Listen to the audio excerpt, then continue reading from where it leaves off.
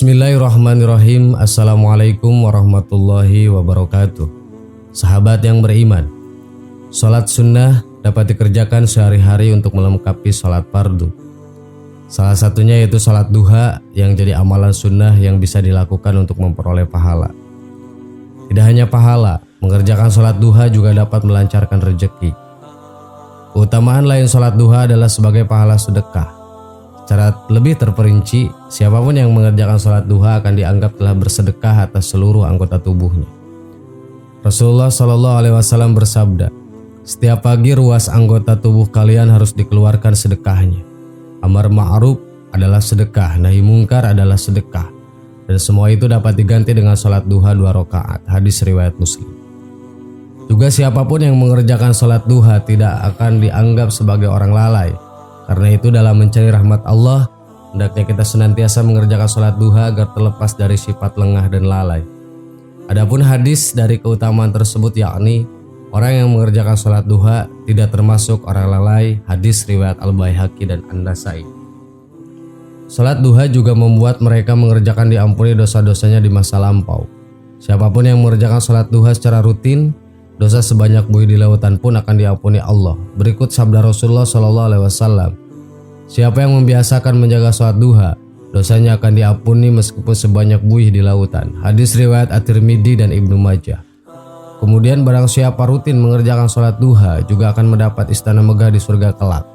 Adapun sabda mengenai keutamaan sholat duha ini adalah, barang siapa sholat duha 12 rakaat, Allah akan membuatnya untuknya istana di surga. Hadis riwayat Tirmidzi dan Ibnu Majah.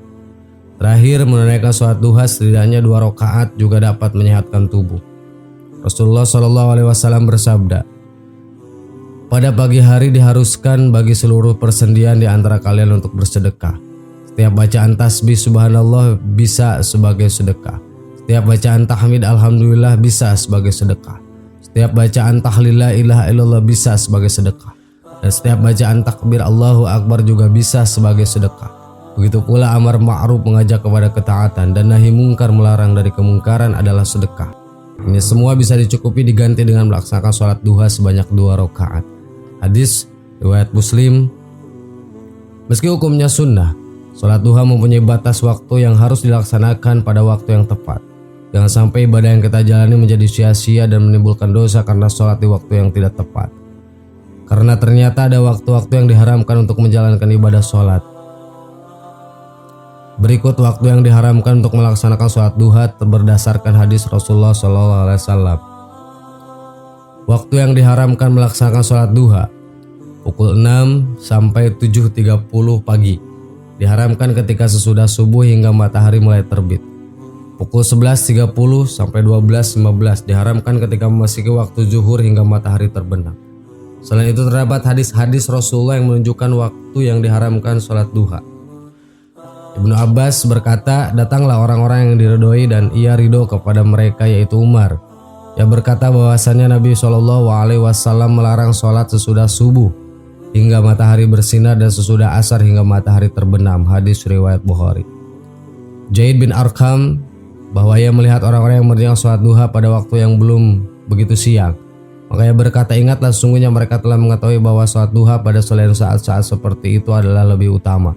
Karena sungguhnya Rasulullah SAW bersabda, sholatnya orang-orang yang kembali kepada Allah adalah pada waktu anak-anak onta sudah bangun dari pembaringannya karena tersengat panasnya matahari.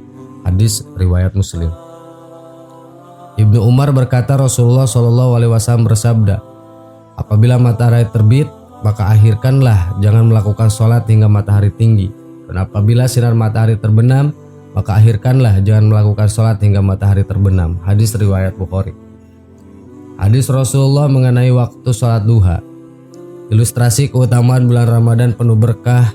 Alasan lain kenapa waktu tersebut diharamkan untuk melaksanakan sholat duha karena adanya setan yang mengikuti di waktu tersebut. Rasulullah SAW bersabda, matahari terbit dengan diikuti setan. Pada waktu mulai terbit, matahari berada dekat dengan setan dan ketika telah mulai meninggi berpisah darinya.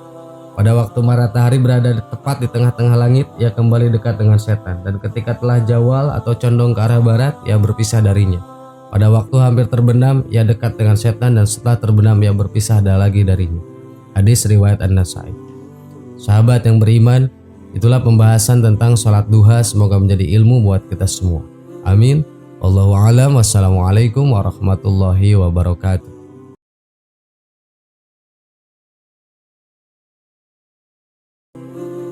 Bismillahirrahmanirrahim. Assalamualaikum warahmatullahi wabarakatuh.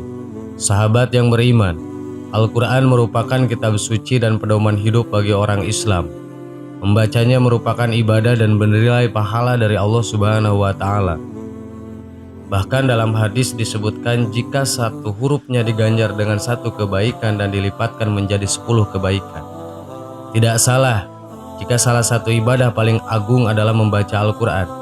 Itulah mengapa banyak sekali umat muslim yang berlomba-lomba membaca Al-Quran dan menghafalnya, bahkan menjadi kebiasaan yang tidak ingin ditinggalkan.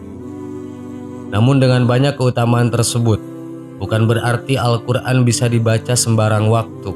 Ada saat-saat terlarang Al-Quran tidak boleh dibaca. Kapan saja waktu tersebut, berikut ringkasannya. Waktu tersebut adalah ketika berada di lokasi permainan, hiburan, dan di perkumpulan orang-orang pandir, yakni orang-orang bodoh yang sok tahu dan bebal.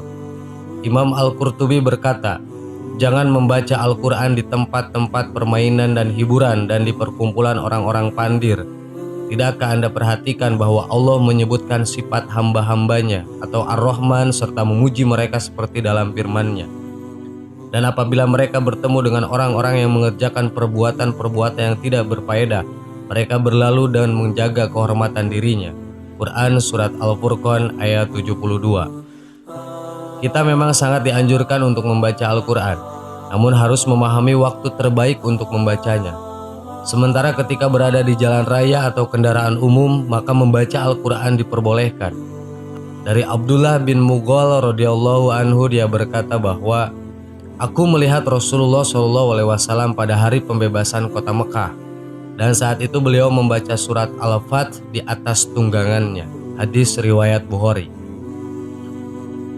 Sementara itu membaca Al-Quran yang paling baik adalah di dalam sholat. Menurut mazhab Asy-Syafi'i dan lainnya bahwa berdiri lama dalam sholat lebih baik daripada sujud yang lama. Sementara pembaca Al-Quran di luar sholat, maka yang paling utama adalah pada waktu malam dan dalam separuh terakhir dari waktu malam lebih baik daripada separuh pertama. Membacanya di antara maghrib dan isya disukai. Sementara pembacaan pada waktu siang, maka yang paling utama adalah setelah sholat subuh. Waktu utama membaca Al-Quran lainnya adalah setelah subuh. Bahkan Rasulullah SAW pernah mendoakan keberkahan pada waktu pagi untuk umatnya. Ya Allah, berkahilah umatku pada waktu paginya. Hadis riwayat Tirmizi. Sahabat yang beriman, itulah waktu yang kita tidak diperbolehkan membaca Al-Quran. Semoga bermanfaat. Amin. Wallahu a'lam. Wassalamualaikum warahmatullahi wabarakatuh.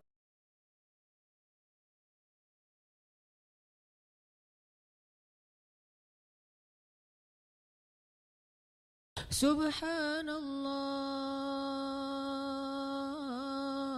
walhamdulillah wala ilaha illallah wallahu akbar. Subhanallah